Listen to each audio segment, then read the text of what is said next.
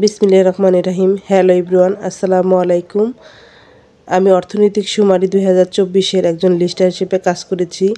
কাজ করার পাশাপাশি আমার বাড়িতে যে কাজগুলো সেগুলো কিন্তু করতে হয়। আসলে প্রত্যেকটা মানুষেরই আলাদা আলাদা কাজ থাকে। একজন মানুষ নারী হিসেবে আমাকে এই কাজগুলো করতে গিয়ে কাজের যে তীব্রতা বেড়ে গিয়েছে, আমার নিজের কাজও অনেকটা বেড়ে গিয়েছে, সেটা আপনাদের সাথে শেয়ার করব। তো থাকেন সবাই আমার সাথে।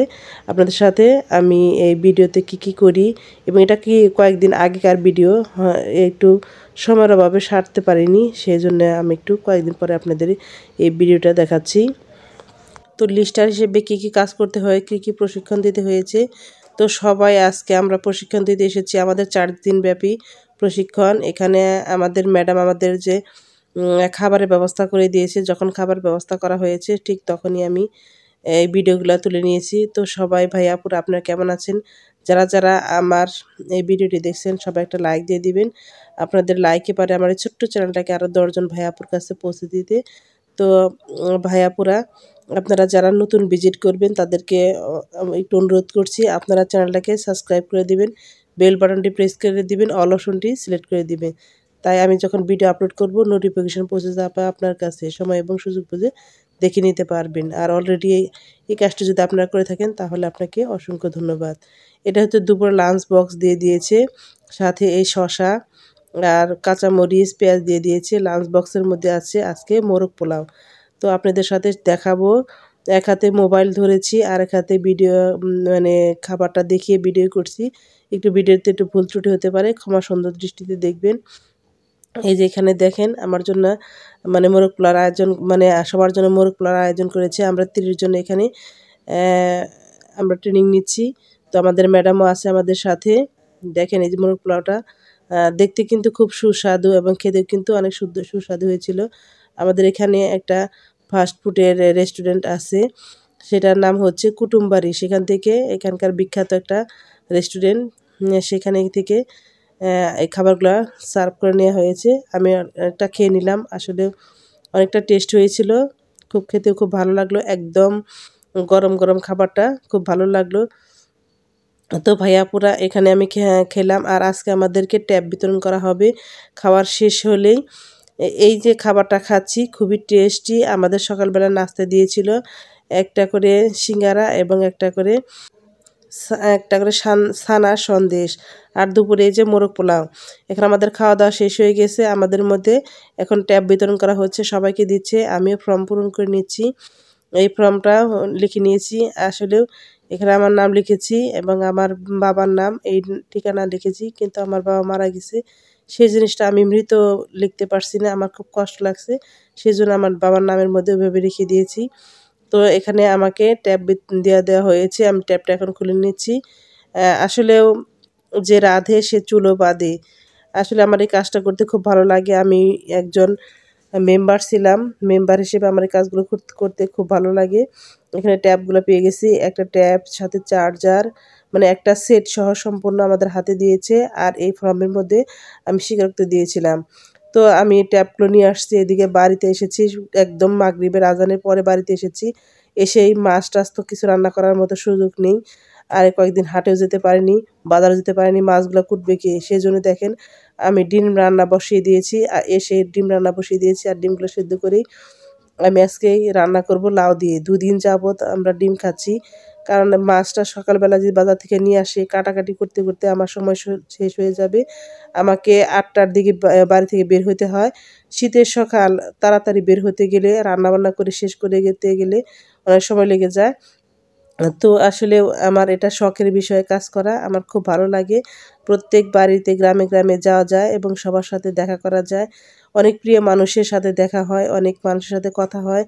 ইউটিউবে যেমনি সবার সাথে পরিচিত হয়েছে, আমি একজন মেম্বার, সব এলাকার সব মানুষকে আমি পরিচিত মানুষ সবাইকে চিনি। তাদের সাথে আমার গল্প করতে, কথা বলতে, তাদের সাথে বাড়িতে দেখা করতে আমার খুব ভালো লাগে। এমনিতে যাওয়া হয় না, একটা উছিলা ছাড়া কিন্তু আসলেও যাওয়া হয় না। এই উছিলায় তাও আমার একটু যাওয়া হচ্ছে। একদিকে আমি ডিম শুদ্ধ করে নিচ্ছি, আরেকদিকে কিন্তু আমি লাউটা সুন্দর করে কেটে নিচ্ছি, কারণ তাড়াতাড়ি না করলে রাত হয়ে গেছে, রান্নাবান্না না করলে খাওয়াটা খুব কষ্ট হয়ে যাবে। আর আমার শ্বশুর শাশুড়িরা বৃদ্ধ মানুষ, সকাল সকালে খেতে না দিলে এদের খুব কষ্ট হয়ে যায়। তো তাড়াতাড়ি আমি রান্নাবান্না শেষ করছি। তো ভাইয়া আপুরা যারা যারা আমার ভিডিওটা প্রথম ভিজিট করছেন অবশ্যই একটা লাইক দিয়ে চ্যানেলটাকে সাবস্ক্রাইব করে দিবেন।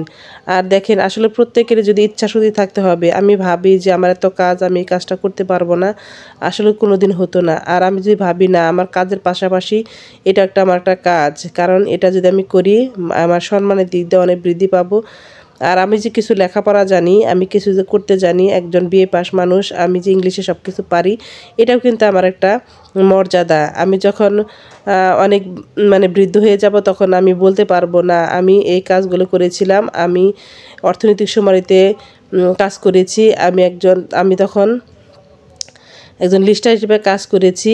আর আমি তখন ট্যাব ব্যবহার করে সব কিছু ইংলিশে লিখতে হয় সেগুলো করেছি। এটা আমার একটা আসলে সব কাজ সবাই পারে, কিন্তু আসলে সেটা যদি আপনি না দেখান, আপনি যদি প্রমাণ না করেন, তাহলে কিন্তু কি পারেন না পারেন সেটা কিন্তু কখনো বোঝা যাবে না। সেই জন্য প্রত্যেকেরই যদি তার যোগ্যতা অনুযায়ী কাজ করতে হয়।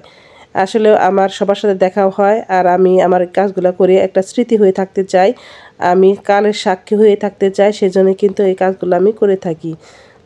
তো দেখেন আমি ডিমগুলো সুন্দর করে ছিলিয়ে তারপরে কিন্তু আমি ডিমগুলো ভালো করে ভেজে নিচ্ছি। তো আপনাদের সাথে একটা টিপস শেয়ার করি, এই ডিমগুলো যখন ভাজবেন প্রথমে কিন্তু হলুদের গুঁড়া দিবেন না, প্রথমে একটু ভালো করে ভেজে নেওয়ার পরে তারপরে কিন্তু একটু লবণ এবং হলুদের গুঁড়া দিবেন, তাহলে কিন্তু ডিমের যে পুড়ে যাওয়ার ভাবটা, মশলাটি পুড়ে যাওয়া, সেটা কিন্তু পুড়ে যাবে না, সুন্দর করে একদম খোসা উঠে যাবে। তারপরে কিন্তু আমি একটু লবণ ছিটিয়ে দিয়ে দিলাম, আর কিছুক্ষণের মধ্যে আমি একটু হলুদের গুঁড়া দিয়ে সুন্দর করে ডিমগুলো ভেজে নিব।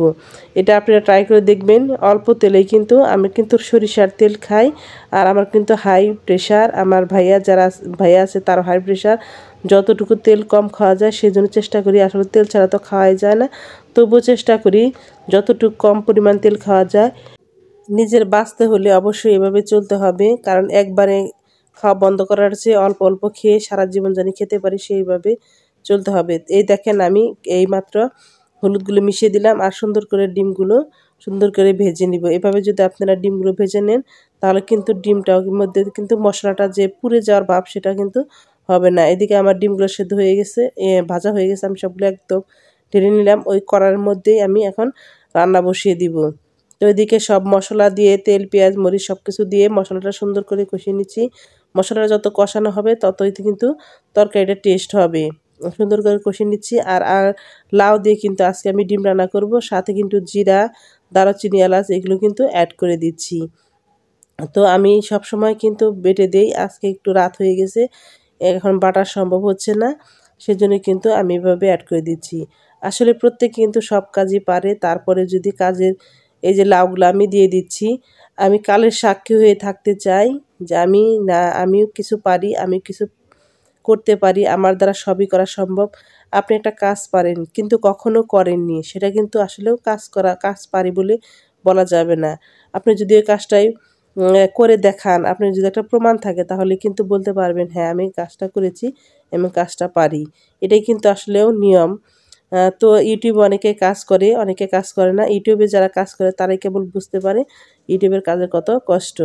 তো এদিকে দেখেন আমার তরকারি রান্নাটা হয়ে গেছে। এদিকে আমি শাকও কিন্তু ভেজে নিচ্ছি, খুব সুন্দর করে শাকটা ভেজে নিচ্ছি। তো শাক এবং তরকারি দিয়ে আজকে আমরা খেয়ে নিব। অনেক রাত হয়ে গেছে, অনেকটাই কষ্ট হচ্ছে। আসলে একটা কাজ করতে গেলে একটু কষ্টটা স্বীকার করতেই হয়। তো ভাইয়াপুরা সবাই, এই দেখেন আমি ভাতগুলো সব সুন্দর করে বেড়ে নিচ্ছি। তো ভাইয়াপুরা যারা যারা আমার ভিডিওটা দেখছেন সবাইকে আমার এই খাবার দাওয়াত রইল, সবাই অবশ্যই খেয়ে যাবেন। সবার প্রতি অনেক অনেক শ্রদ্ধা রইল, এবং আপনাদের প্রতি সবার প্রতি আমার ভালোবাসা রইল। সবাই আমার ভিডিওটা দেখবেন, অবশ্যই আপনারা একটু লাইক করে দিবেন, আর সবসময় আমার পাশে থাকবেন। এখন শাক ভাজি দিয়ে আমার ডিমের তরকারি দিয়ে আমি খেয়ে নিব, এবং সবাইকে খাওয়ার আমন্ত্রণ জানাচ্ছি। সবাইকে খামার আমন্ত্রণ জানিয়ে সবার সুস্বাস্থ্য এবং দীর্ঘায়ু কামনা করে আমি আমার আজকের ভিডিওটি এখানে শেষ করছি। আল্লাহ হাফেজ, আসসালামু আলাইকুম।